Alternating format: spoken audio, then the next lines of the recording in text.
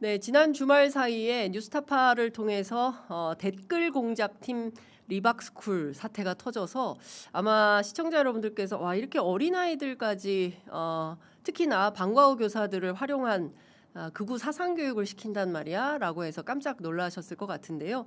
관련해서 이 취재 단독 보도한 분입니다. 뉴스타파 이명선 기자 전화로 연결되어 있습니다. 자, 이 기자님 나오 계신가요? 예, 안녕하십니까. 뉴스타파 이명선입니다. 네, 저희가 다음에는 스튜디오에 꼭 모셔서 말씀을 좀 들어야 될 것 같고 오늘은 예, 전화로 좋습니다. 이렇게 만나 뵙습니다. 깜짝 놀랐습니다. 손가락 군대로 나라를 구하자. 이른바 이제 예. 불법 댓글 공작팀을 뉴스타파가 잠행 취재를 해서 성공을 했어요. 예. 네, 이게 제보를 받아서 처음에 추적 취재를 시작한 건가요? 예. 이게 저희가 댓글팀 추적을 상당히 오래 했습니다. 그리고 그 어. 목표가 잠입이었는데요. 네. 근데 그 주변에 이 관련된 조직들, 극우단체들은 파악이 됐고 거기서 활동했던 사람들과도 관련된 어떤 자료들도 많이 모았는데 잠입이 안 됐어요. 꽤 오랫동안요. 네. 근데 그러다가 이 자손군이라는 어떤 모집 공고라고 할까요? 네. 그걸 보고 저희 마침 회사에 인턴 기자가 있어서 인턴 기자에게 잠입을 한 시도해봤으면 좋겠다라고 했는데 흔쾌히 하겠다고 했고 아유, 엄청 너무 사람을 잘 뭐라고 하죠?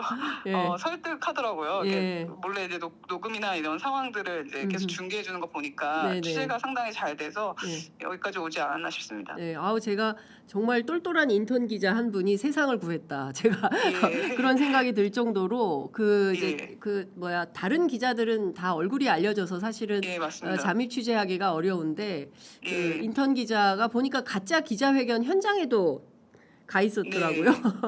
예. 예. 그래서 좀 본인이 조금 힘들어하긴 했어요. 이게 어쨌든 기자회견 사진이 계속 남는 거니까요. 그렇죠. 그래도 그 현장에서 나누는 대화라든가 이런 것들을 체증하기 위해서 사실상 네. 잠입을 했던 겁니다. 본인이 그리고 그러니까 교사가 가능한 임용고시만 보면 바로 교사가 되는 교육 전공자거든요.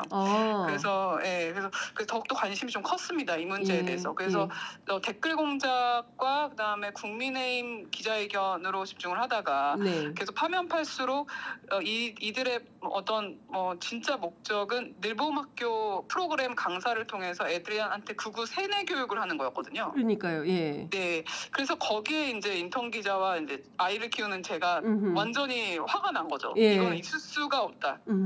그래서 이게 차근차근 준비를 하고 있었는데 이 대선 무렵에 이 늘봄학교 공약을 김문수 후보가 계속 무상화하겠다 이제 공약도 내세우고 해서 이것까지 같이 보도하자 하면서 이제 늘봄학교 얘기까지 보도를 하게 된 겁니다. 그렇습니다. 그러니까 충격적인 댓글 공작을 벌이는 리박스쿨이라는 데는 교육부하고 연계가 되어 있고 서울교대를 비롯해서 이제 일종의 이제 훈련시켜서 내보내는 그런 게 이제 정부기관과 연계되어 있다는 게 굉장히 놀라운 것이고, 그리고 실제로 리박스쿨 관계자들이 지난해 대통령실에도 방문을 했었다는 거잖아요. 그러면 윤석열 정부하고도 무관하지 않다 이렇게 볼 수 있는 거 아닙니까? 예, 그건 한겨레 기사에서는 대통령실 견학 프로그램 정도였는데요. 그러니까 그게 이제 상당히 가려졌던 사실들인데 내부의 어떤 팜플렛이라든가 이런 걸로 지금 공개가 되고 있는 상황이고,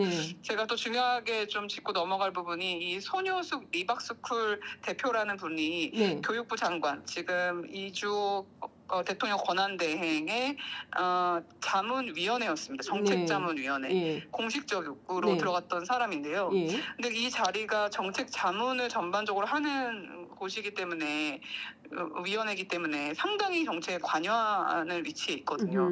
그래서 도대체 누가 이 사람을 교육계 출신 사람도 아니고 이 사람을 여기에 이제 임명을 했을까? 처음에 임명장을 봤을 땐 이건 사문서 위조 아닌가라서 믿기가 좀 어려웠습니다. 근데 취재를 해보니까 그게 사실로 드러나서 이제 기사까지 썼는데요.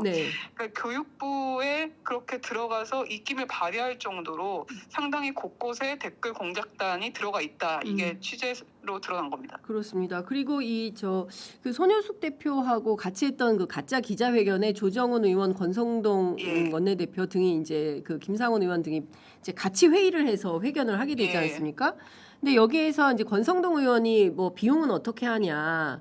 예. 뭐 이런 걸 물어봤을 때 뭐 자비로 한다고 주장을 하는데 예. 그 혹시 비용과 관련해서도 취재된 게 좀 있으십니까? 그러니까 어디서 지금 돈이 나와서 이런 활동을 하는 것인지.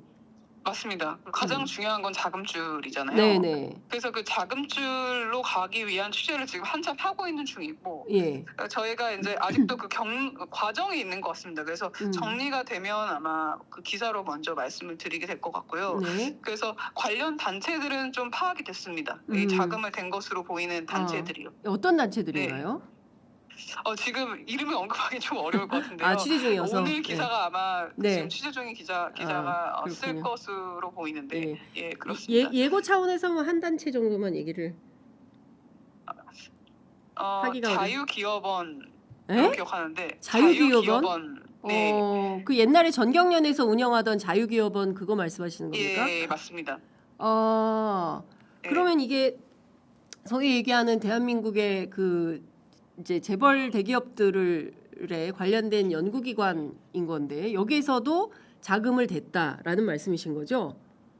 그 확인이 된 건 아니고 지금 그 과정 중에 있고 에헤. 관련 단체 중에 하나를 제가 원오브됩니다. 뿐인데요. 예. 사실 예전에 이 댓글 공개 그 구구 단체들이 이명박 정부 때 움직였을 때 네. 정경련이 상당한 돈을 댔다, 맞습니다. 어버이연합 같은 거에 예. 돈을 댔다 해서 엄청난 어떤 논란이 있지 않았습니까? 맞습니다. 예. 근데 이번에도 이 정경련 와 관련된 단체들이 언급돼서 저희도 좀 취재하면서 놀라고 있는 상황이고요. 네. 그래서 지금은 뭐 대선 하루 전이고 뭐 그 댓글 공작단이 이재명 죽이기 댓글 작업을 벌였다는 거에 초점을 맞추고 있지만 네. 이제 차츰 새 정부가 들어서고 나서는 숙제가 많을 것 같습니다. 네. 이 단체가 얼마큼 큰 규모로 운영이 됐고 예. 그 뒤에는 배후에는 누가 있었던 것인지 여러 언론에서 관심을 가졌으면 좋겠고요. 네. 더 나아가서는 교육계에서 지금 늘봄학교의 문제를 계속 지적했었는데도 불구하고 교육부가 그걸 받아들이지 않았었거든요. 윤석열 정부 때. 예. 그래서